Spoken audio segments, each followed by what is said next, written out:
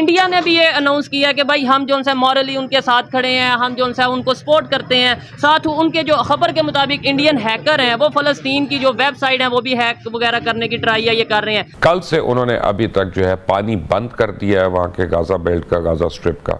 हालात बड़े कशीदा हो रहे हैं, पोलराइजेशन स्ट्रांग होती जा रही है पूरी दुनिया में। अब पानी तक जो है वो बंद कर दिया गया है और उसके बाद फिर उल्टा जो मजम्मत है वो भी गाजा ही की जा रही है, वो भी फ़लस्तीन ही की जा रही है। जो रिस्पॉन्स दिया है इजराइल ने, दैट इज बर्बरिज्म, वो बर्बैरिटी है। Even they are warning the Egyptian government if they are supplying any medical supply or any food to Gaza, they're going to attack the trucks who are holding this humanitarian supply for Gaza people. अल्लाह की मेहरबानी से ये मेरा interview तुम याद रखना, फतह अल्लाह की मेहरबानी से मुसलमानों के हक में आएगी और फ़लस्तीन के अंदर इंशाअल्लाह ला इलाहा इल्लल्लाह मुहम्मदुर रसूलुल्लाह का परचम बुलंद होगा। जय हिंद दोस्तों, स्वागत है आप लोग का हमारे चैनल पे। अगर आपने हमारे चैनल को सब्सक्राइब नहीं किया तो चैनल को सब्सक्राइब कर लें और बेल आइकन को दबा दें।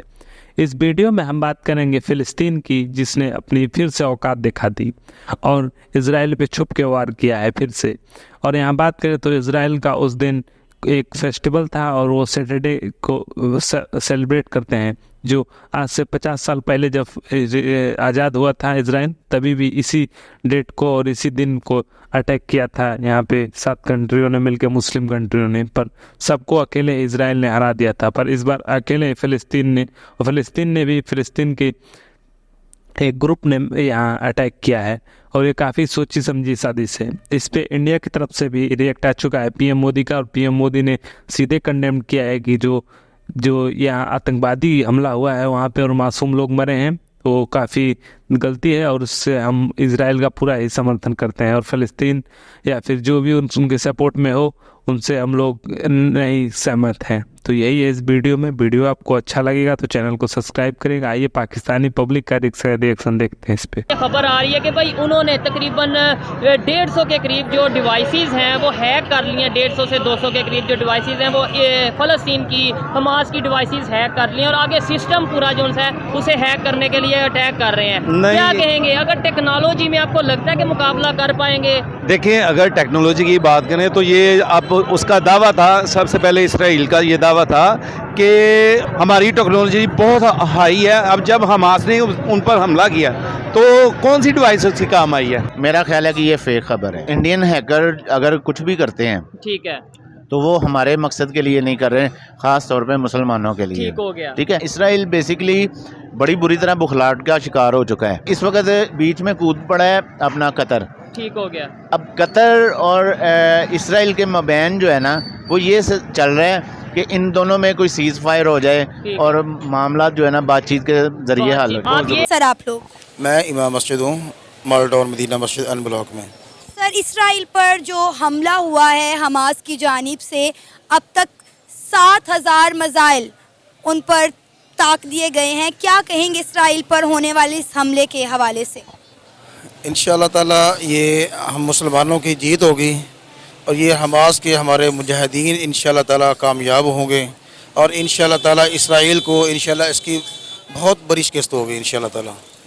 सर, इस वक्त इंडिया की जानिब से पैगाम सामने आया है। इंडिया के प्राइम मिनिस्टर नरेंद्र मोदी ने एक ट्वीट की है। उन्होंने कहा है कि ये जो दहशतगर्दाना हमला हुआ है इसराइल पर, हम इस वक्त इसराइल के साथ खड़े हैं। क्या कहेंगे आप नरेंद्र मोदी के इस बयान पर? नरेंद्र मोदी सबसे बड़ा दहशतगर्द है जिसने हमारा मकबूजा कश्मीर में उसने दहशतगर्दी बर्बरियत का मुजाहरा किया है। 2 साल तक प्लानिंग चली इसकी। पहले तो आप ये समझिए 2 साल लगातार इसकी प्लानिंग चली कि कौन करेगा, कैसे करेगा, कौन से इलाके से करेगा, कितना पैसा चाहिए, हम कौन सा इंफॉर्मेशन वॉरफेयर यानी कि सूचना युद्ध वाला कौन सा गेम खेलें कि इजराइल कंफ्यूज हो जाए। और उन्होंने करा कैसे दोस्तों, ये देखिए। सबसे पहले इन्होंने इजराइल को यह भरोसा दिलाया कि जो हमास है, हमास वालों ने इजराइल को भरोसा दिलाया कि यार अब हम लड़ना नहीं चाहते, हम लड़ लड़ के तुमसे परेशान हो गए हैं, पिट के हम हार चुके हैं, हम इतना पिटे हैं इजराइल से कि अब हम हार चुके हैं यार। वी आर वॉर वियरी, यानी कि वॉर से हमें अब थकान होने लगी है, अब हम तुम्हारे साथ लड़ना नहीं चाहते। एक इन्होंने ये कन्विंस करा इजराइल को। पहला पॉइंट दोस्तों, इसमें बोला कि साहब जो गाजा के वर्कर्स हैं, है ना, गाजा जो पट्टी है जहां पे अभी बमबारी चल रही है, जहां से हमास वाले आए थे, यहां के जो वर्कर्स हैं इनको यार इजराइल आने दो, ये भी 2 वक्त की रोटी कमा लेंगे। समझ रहा मेरी बात? तो इजराइल ने सोचा कि जब गाजा वाले इनके घर में पैसे आ जाएंगे, रोटी आ जाएगी, इनके बच्चों को एजुकेशन मिल जाएगा, इनके यहां बिजली आ जाएगी, पानी आ जाएगा, तरक्की आ जाएगी, विकास आ जाएगा, तो ये लोग फिर आतंकवाद छोड़ देंगे यार। क्योंकि एक आम आदमी, आम इंसान, एक कोई भी नॉर्मल आदमी तो ऐसे सोचता है कि यार अगर बंदा खुशहाल है, सब कुछ है, उसके बच्चे अच्छे स्कूल में पढ़ रहे हैं, उसके पास एक अच्छी स्टेबल नौकरी है, सब कुछ अच्छा है, और जो इजरायली वेजेस दे रहे थे, यानी कि जो इजरायली तनख्वाह दे रहे थे इन लोगों को, पैलेस्टीनियंस को, वो कुछ लोग कहते हैं 8 से लेकर 10 गुना ज्यादा थी जो उनको गाजा में मिलती।